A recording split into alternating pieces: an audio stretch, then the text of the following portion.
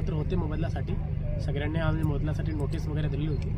आज स्पॉटवर पण जवळपास 1.5 कोटीची चेक वगैरे आम्ही डिस्ट्रीब्यूट केलेला आहे। तर असा जे इन्फॉर्मेशन आहे की ज्यांना जे अपात्र होते त्यांना मोबदला भेटला नाही, हे खोटं आहे। बरेचशा महिलांचा आरोप आहे की आम्हाला मारहाण झाली, कुठेही मारहाण झाली नाही।